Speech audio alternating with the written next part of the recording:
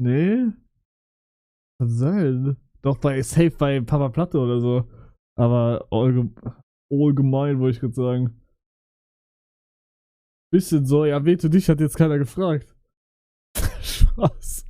Aber Jungs, was ich euch jetzt sagen wollte, ich glaube, ich höre mit YouTube auf.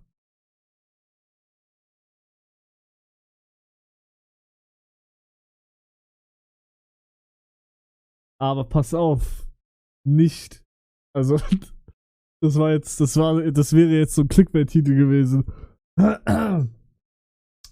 ähm, ich höre auf, mich mit YouTube zu quälen, sagen wir es mal so. Ich, äh, ich mache jetzt nur noch das, was ich wirklich machen will.